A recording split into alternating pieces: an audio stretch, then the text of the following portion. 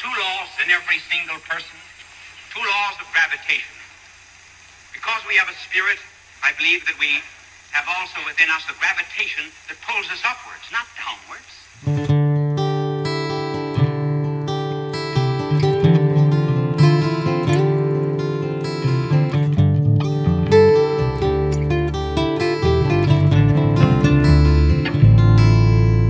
Travel along, Catholic pilgrims, for 1 year as we learn from Venerable Fulton Sheen, one of the greatest Catholic teachers in modern times. Join me, Amy Thomas, once a week for a short reading out of Bishop Sheen's book, Way to Inner Peace. Hey Catholic pilgrims, welcome to week 6, where we are going to be talking about desire, and more specifically about contentment. Bishop Sheen is going to dive into what contentment really is and what it isn't, what it's often mistaken as. And I think understanding that is very key to having inner peace in your life. Going through these readings this week, it brought up two specific periods in my life. It made me think about them. And the first time period was when my husband and I were first married. And in the next time period it brought to my mind was when we moved from Virginia to Las Vegas. And so I'm going to talk about those two times and my level of contentment during those two periods of my life. So another thing I wanted to bring up is that my husband was listening to the podcast and he was talking about how there is so much packed into Bishop Sheen's words that sometimes when he's listening to me, his mind wanders. And I had to take a step back and say, wait a minute. Is this the only time your mind wanders when I'm talking to you? But he said, he focuses on something that Bishop Sheen says, and then he trails off and starts thinking about that.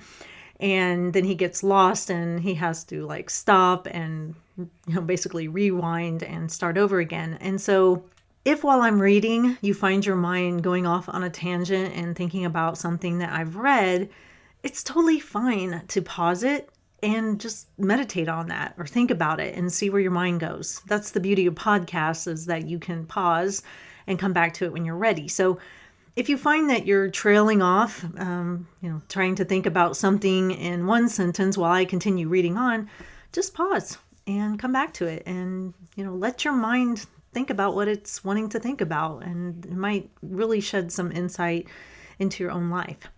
So this week, 3 points to think about are contentment, submission, and dependency.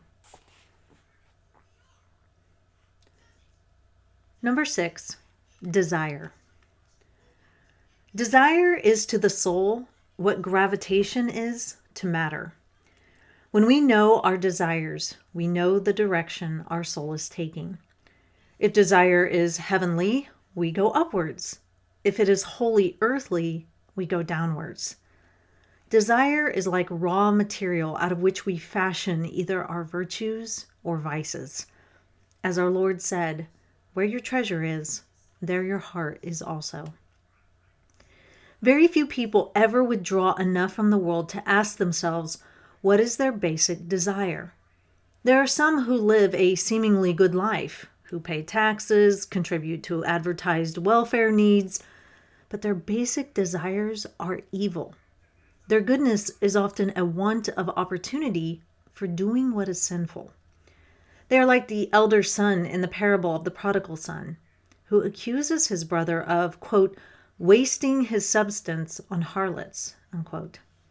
There was nothing of this kind in the story, but the accusation revealed that the elder son would have done this very thing if he had been his brother. On the other hand, there are some people who do very evil things, but who have a basic desire to be good and are waiting for the day when a helpful hand will lift them from the pit. It was of such a group that our Lord said, tax collectors and prostitutes are entering the kingdom of God ahead of you, scribes and Pharisees. Matthew 21:31. Contentment depends upon the control of our desires. Advertising serves many needs, but it has also made luxuries appear as necessities and created a desire for goods which the individual cannot possibly possess in their fullness. The Eastern world has struck on the secret of inner peace by suggesting that inner happiness is dependent on the control and limitation of desires. St. Paul said, "I have learned to be content with what I have." Philippians 4:11. Contentment is not indifference, though the ignorant sometimes make that identification. Contentment does not mean immunity from trial, for it can know sighs and tears, but its feelings are never allowed to run into fretfulness. If it cannot have what it wants, it never broods over its disappointments, but brightens them by sweet submission. It has no kinship with fatalism, which refuses to plan or act in the belief that nothing can be altered. It is such fatalism which characterizes certain Eastern philosophies and makes progress impossible.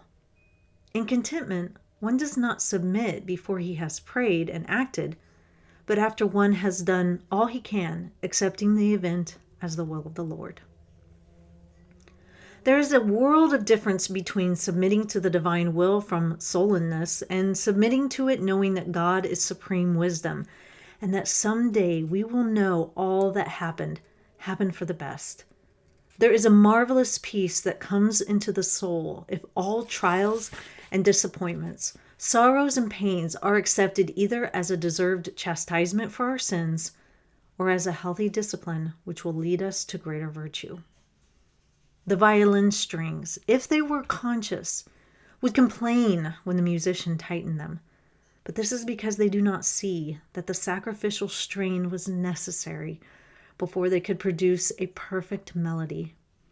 Evils actually become lighter by patient endurance, and benefits are poisoned by discontent. Contentment is based on the idea that our sufficiency is not from ourselves but from God. The soul does not desire or lack more than what God has supplied him. His will suits his state after he has exhausted his resources, and his desire does not exceed his power. Hence, everything that happens is judged to be as good and worthy of divine appointment. As Socrates observed, he is nearest to God who needs the fewest things. Contentment is not inconsistent with our endeavor to have our condition improved. We do everything we can as if all depended on us, but we trust in God as if everything depended on him. The talents we have must be put to work, but if they yield only a certain return, we do not murmur because the return is not greater. When we really examine our consciences, we have to admit that we have received more than we morally deserved. The discontent is far greater among the overprivileged than the underprivileged. The rich need the psychoanalyst more than the poor. Few European minds cracked under 2 wars. Many American minds have. The first learned not to expect anything. This lesson America has yet to learn. So when my husband and I were first married, I was a recent graduate of college, and he had 1 more year left, and we had a baby girl. And so we didn't have a lot of money. We couldn't afford daycare, and I wanted to stay home with our daughter anyway.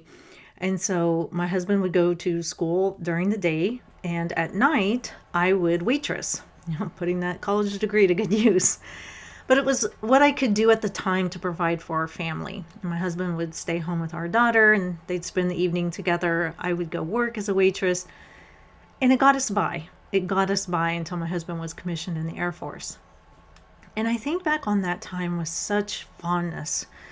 We barely had anything. We lived in an apartment that didn't have much. We had mismatched furniture, particle board stuff, nothing that was very nice. And yet, we were completely content. Completely content.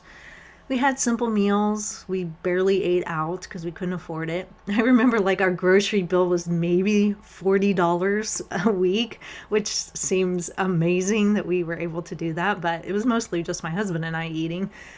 And thinking back on that time, we just had very, very simple meals. They were good and healthy meals, but simple.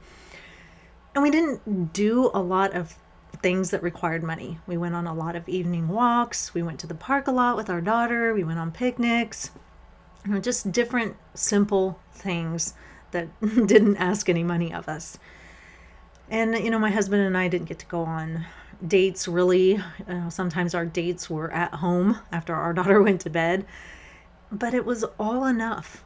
It was all enough. We didn't have the finest things. We had this 1985 Buick Century powder blue junky car. It was so lame, but it got us where we needed to go. And one of my favorite memories of that time is because we only had the one car, I would drive my husband to school, drop him off, then go home, is the days when my daughter and I would go to campus at Kansas State University and have lunch with my husband. And my little girl was there, and it's kind of rare to see kids on campus, but we were there and we'd have lunch together, and she'd be in her stroller, and those are such good memories. Just a very simple, enjoyable life. So flash forward to about almost 15 years into our marriage. I've been content at nearly every stage of our marriage. I never needed a lot of things, though my husband and I have throughout our marriage wanted to grow and improve our situation. And Bishop Sheen even says here that that's fine. He says, contentment is not inconsistent with our endeavor to have our condition improved. It's okay to want to improve your state of life and maybe move yourself out of poverty or something like that. That doesn't mean you're not content anymore. But can you be content at every stage? Are you constantly pining for something else in order to be happy? And I have been mostly content at every stage of our marriage until we moved from Virginia to Las Vegas. Our family absolutely loved living near Charlottesville, Virginia. And when we moved to Vegas, it was so shocking to our systems to go from kind of living in the country to this big city that's focused on greed and lust, and it was so hard. We had a great church back in Virginia, friends, and a great neighborhood, and we moved to Vegas, and it just felt wrong. It just felt really wrong. And my daughters and I would actually daydream of moving back to the East Coast. We would picture ourselves living in Boston in some house in our mind that was better than where we were at. And, I didn't really like coming home because it just didn't feel like our home. It was this big house. It just didn't feel like me. And so I just was not content in it. And I didn't like the town. I don't like to gamble. I don't like all the showy lights and everything. I'm a Kansas girl, for heaven's sake. So, of course, it's not my jam. So anyway, we were just very discontent. Very discontent. And it was making us kind of bitter and grumpy all the time. I realized that if we're going to live in this place for 3 years, we're going to have to change our mindset. No, we don't have to go down to the strip and do all the gambling and that whole scene. But is there something that we can do to make our stay here better? And I learned that you really have to change how you think about things. And so we learned to enjoy all of the national parks that are near Vegas. You got the Grand Canyon, Death Valley, Zion National Park. We even went up to Yellowstone. There are a ton, and they are magnificent. And we learned to find, just cool local restaurants that aren't tourist traps. And we found some great ones, and we found a way to be content. We weren't perfectly content because it was a hard place to make friends, but we still found a way to be content with what we had.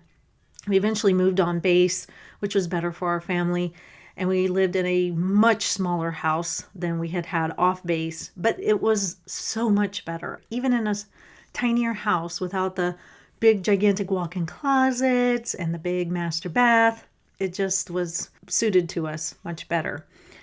Going into what Bishop Sheen said today, There are so many things out there that are trying to pull our attention. And like he talked about with the advertising, he says advertising serves many needs, but it has also made luxuries appear as necessities and created a desire for goods which the individual cannot possibly possess in their fullness.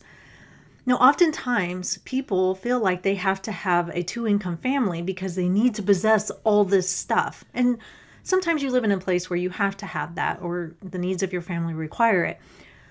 But not always. But we feel like we have to have all this stuff and we desire all this stuff. And I'm not about living the minimalist life. I don't like that. I don't want my house to be bare and stark. I don't like that. I want a home to feel comfortable and warm and welcoming. And I want to go into a home and I want to know what a person likes. I want to be able to see what a person likes. And so I don't like the stark minimalist movement. However, we don't need to be desiring every little thing all the time. But what I really love is when he talks about what contentment is and isn't. And he does that on page 21, kind of halfway down. He says, contentment is not indifference, though the ignorant sometimes make that identification. So I think a lot of people believe that contentment means that you just don't care. Like, no, I don't even care how my life is. I just, whatever, makes no difference to me. No, that's not contentment. And indifference about your life, I don't think it's healthy because God gave you this life and we should care about it. He goes on to say, contentment does not mean immunity from trial, for it can know sighs and tears, but its feelings are never allowed to run into fretfulness. So, if you believe that, I'll be content when, no trials are going on in my life, well, that may be a very small sliver of your life. Because the reality is that life is full of trials, and we have to learn to be content in the trials and in the sighs and tears. And if we're waiting around for all to be bliss until we feel content, well, that just may never come. And that's what I had to realize in Las Vegas. It wasn't where I wanted to be. I didn't enjoy it. I didn't like it. It's not a city I would choose to live in. And so that was very tough for me. And it was a trial. And I had to learn to be content during that trial. And even thinking back to when we were first married, we didn't have hardly any money. We didn't have nice things. But I was very content with that and happy in the moment, in the present moment. And this was before all the internet and the phones and all that jazz. And so we didn't have those distractions. And so I feel like our lives were simpler. But I was just content with the simpleness of our lives. Of course, I wanted to get to a place where we had our own home and had a nicer car and could afford nicer things so that we didn't have, junky things. But I still was able to be happy in that moment. And that's what we have to be able to do. And Bishop Sheen says down here at the bottom, there is a world of difference between submitting to the divine will from sullenness and submitting to it knowing that God is supreme wisdom. When we lived in Vegas, I was just sullen. I was like, oh my gosh, the military has planted us here for 3 years. How am I going to survive? I guess I'm just going to have to deal with it because there's no other place to go. The military has planted us here. I was very sullen. So I wasn't getting enjoyment out of anything. But when I submitted to Vegas knowing that God is supreme wisdom and that perhaps maybe there was something he was going to show me in this trial, when I learned to do that, everything changed. My outlook on everything changed. I became much happier. I enjoyed our time there more. I ain't gonna lie, when we blew out of Las Vegas, when we finally moved, that was a happy day for me. That was a happy day. I even had a theme song. It was called The Great Escape, and I played it full blast in my car as we were cruising out east out of Vegas. But still, while we were in the moment, I learned to be content. This brings me to something that I recently have been seeing a lot on social media. The other day I was and I was looking at a post on a page that I belong to. And it was a woman talking about birthday parties, kids' birthday parties. And a mom was saying, hey, what's up with kids' birthday parties nowadays? Nobody seems to open presents at the birthday party anymore. And so, it kind of bums my kids out because they spend all this time, picking out a present, and they really want to see, their friend open the present. And, once the birthday party's over, no presents have been opened, and my kids are kind of left wondering, did they like their present or not? And so she was asking, are we not doing this anymore? Is this like a new thing to not open presents anymore? And I just kind of sat back and watched because I knew what was going to happen. There was going to be a war. There was going to be a war between the moms who are like, we always need to open presents at birthday parties, and the moms who are like, no, we need to stop that tradition. What was so interesting were the reasons that the people who want to stop that tradition were giving. And a couple of the reasons were, it makes my child feel sad because they're not getting any presents. And then we go home and they're crying because they didn't get a present. Or it makes my child feel sad because their friend likes one present better than they like their present. And it all centered around the kid that isn't having the birthday party. It all centered around their feelings. And so many moms were lamenting that their children felt bad because the presents were all for the birthday kid and they wanted a present too. And so it's best to just not open presents at all, so then nobody feels bad and nobody has to deal with feeling jealous or feeling, avarice of any kind. And I sat and thought to myself, these are teachable moments. I don't want to get into a war about what you should do at birthday parties, but talking about contentment and our desires, we have to teach our kids and ourselves to have control of our desires. Yes, you may go somewhere and you may desire something, but not every time you go somewhere should you get something. Now, my kids learned very early on, every time we go to the grocery store or Walmart or Target or wherever, you're not getting something, but I still expect you to behave. My kids have also had to learn that if you do desire something, you need to work for it through chores or save up your money through birthday money or Christmas money or whatever to get what you want. And you need to be content in the moment and, not be upset because you can't have what you want right away, and be content to be patient and wait on it and work on it.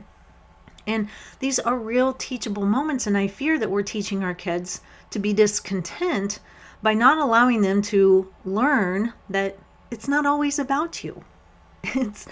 Sometimes it's about other people. And sometimes you need to be okay with that. And you don't always get a present. And sometimes we get to watch other people open presents, and we need to be happy for them that it's their day and they're being gifted. And I fear that by shielding children from that, we're teaching them as they grow older and older that you should always get something. And if somebody else gets something, then you should get it too. But we already kind of see this, don't we? We see this in the war that is played out in our own country by people thinking that, if you're a wealthy person, that they're entitled to some of your money. You shouldn't have all that money. I should have some of your money. You shouldn't hoard it all. Now, I agree that wealthy people should give of their money and be generous with it, but they should do that because they want to, not because they're forced to. And they definitely shouldn't do it because people are greedy after their money and are just demanding it. There's a real discontent in our country because we do have so much stuff and we kind of are overprivileged. Bishop Sheen says here at the end, the discontent is far greater among the overprivileged than the underprivileged. The rich need the psychoanalysts more than the poor. And we do sense the discontent in our country. So many people are unhappy and they're just waiting for when I make this amount of money and when I have this and when I have that, then I'll be happy. We cannot live our lives that way, and we have to learn to be happy in the present moment, be thankful and grateful for all the gifts that God has given us in the present moment. And if we are going through hard times, God is trying to teach us something. Even Bishop Sheen says, someday we will know and we will understand the bigger picture that we didn't fully see, and we'll realize that it was all for our benefit, all for our good. And we can't possibly understand all of that right now. And sometimes it even seems cruel, the things that we have to go through. But God is all good, and He knows what's best for us. And so if we can learn to be content and to accept things, to submit to His will, to recognize that it won't last forever, what we're going through, and to learn to just keep going, keep trusting, keep finding ways throughout our day to be grateful for the many blessings that we do have. Even if we feel like there aren't any, if we just look, they're definitely there. So this last part by Bishop Sheen is a great way to end it. He says, the talents we have must be put to work, but if they yield only a certain return, we do not murmur because the return is not greater. When we really examine our consciences, we have to admit that we have received more than we morally deserved. So realize that, Catholic pilgrims, that God gives us so many things, and oftentimes we waste all of these blessings and our talents and our gifts living in discontent, when really, if we just change our mindset and look up and think of God and realize that He is a good and loving Father and He's giving us exactly what we need, then I think it helps to make the load lighter. So that is all for today, Catholic pilgrims. I will see you back here for week 7. And until then, live the faith boldly and travel well.